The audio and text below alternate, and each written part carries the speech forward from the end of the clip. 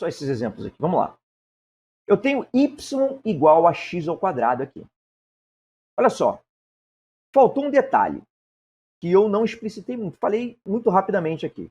Mas se eu tenho a função assim, ó, f de x igual a ax ao quadrado mais bx mais c, esse c aqui indica o ponto onde o meu gráfico vai tocar o eixo das ordenadas, que é o eixo y. Então, nesse caso aqui, ó, o ponto que meu gráfico toca o eixo das ordenadas, vou botar um pontinho verde aqui, ó, é esse ponto aqui, ó, que é quem? É o 0,0. Ok? A ordenada desse ponto é o C. Então, aqui, ó, nesse gráfico aqui, o C é 0. Por quê? Não só o A é 1, o B é 0 e o C é 0. Porque eles não aparecem aqui. Isso aqui é uma equação, uma função incompleta. Está incompleta, porque o coeficiente B e o coeficiente C são 0. Então, aqui, ó, como o C é 0, ele vai... A ordenada do ponto de encontro entre o gráfico e o eixo das ordenadas vai ser 0. Vai ser 0. Agora, olha só. Nesse caso aqui, ó, esse ponto aqui, quem é? É o 0,2. Da onde saiu esse 2? Daqui, ó. Do C. Olha aqui, ó. Certo? E aqui, olhando para esse gráfico, eu já posso ver claramente o quê? Ó, concavidade voltada para cima. Logicamente, o A é maior do que 0. E também, ele não tem raízes reais, ó. Então, aqui, claramente, o delta vai ser menor do que 0. Certo? Agora, só um detalhezinho aqui. Sempre que eu tenho uma função quadrática incompleta, ou seja, um dos coeficientes B ou C ou os dois iguais a 0, fica bem fácil de eu encontrar as raízes. Lembrando que o coeficiente A não pode ser igual a 0, porque senão eu não vou ter uma função quadrática. Eu vou ter uma função do primeiro grau, uma função afim, em princípio. Em princípio, porque nem toda reta é uma função afim. A gente tem que tomar cuidado com isso. Então, na função afim também, lembrando que quem multiplica o x, o coeficiente que multiplica o x não pode ser 0. Senão, eu não vou ter uma função afim. Eu vou ter a equação de uma reta constante. Tudo bem, mas isso é também questão para outro vídeo, que, aliás, eu já até gravei e vai estar aí por algum lugar. Então, aqui eu tenho esse C aqui é igual a 2, e isso vai me indicar o ponto que o meu gráfico, que é a parábola, toca o eixo das ordenadas. Mas quando eu tenho uma equação incompleta, então fica mais fácil de eu encontrar as raízes. Então, olha aqui, ó.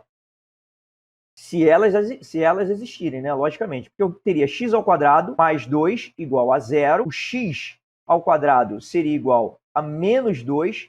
E eu teria x igual a mais ou menos raiz quadrada de menos 2. Logicamente, eu não consigo resolver isso no conjunto dos números reais. Então, eu poderia aqui, ó, dizer que não existe x pertencente ao conjunto dos números reais para essa equação. E exatamente por isso a minha parábola não toca o eixo das minhas abscissas.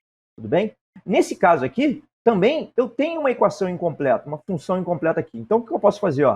Para eu encontrar as raízes aqui, eu posso simplesmente colocar x ao quadrado igual a 0. Então, x seria igual a mais ou menos 0 e daria x igual a 0.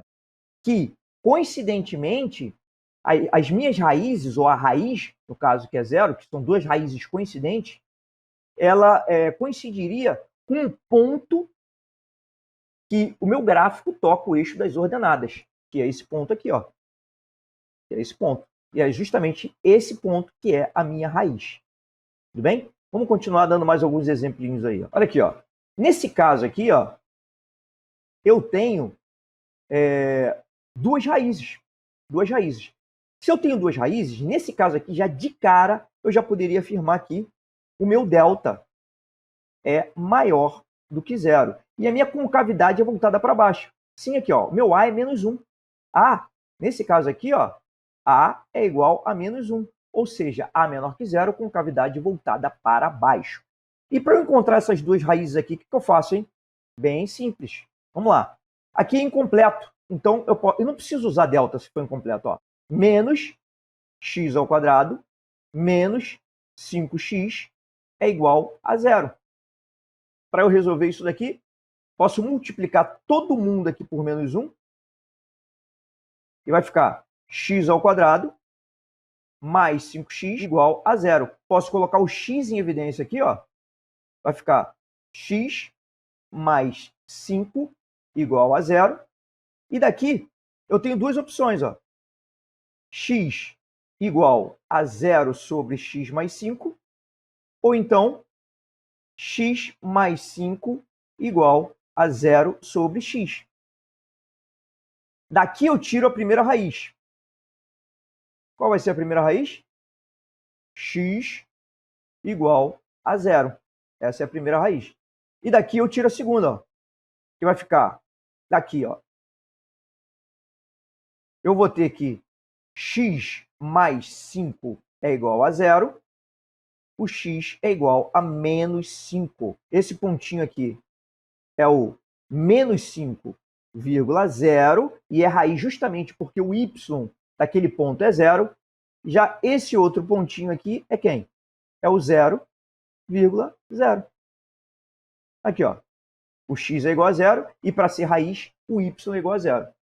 Certo? Nesse caso aqui, eu já vou ter já de cara, ó, a minha raiz x igual a 0. E aqui esse ponto seria o 0,0. E nesse caso aqui, ó, nesse caso, claramente aqui, ó, eu vou ter que o meu delta é menor do que 0 pelo gráfico. Delta menor do que 0. Olhando o gráfico, né? Por quê? Porque o gráfico não toca o eixo das abscissas, que é o eixo x, o eixo horizontal, ele não toca em nenhum ponto. Isso faz com que o meu delta seja menor do que 0.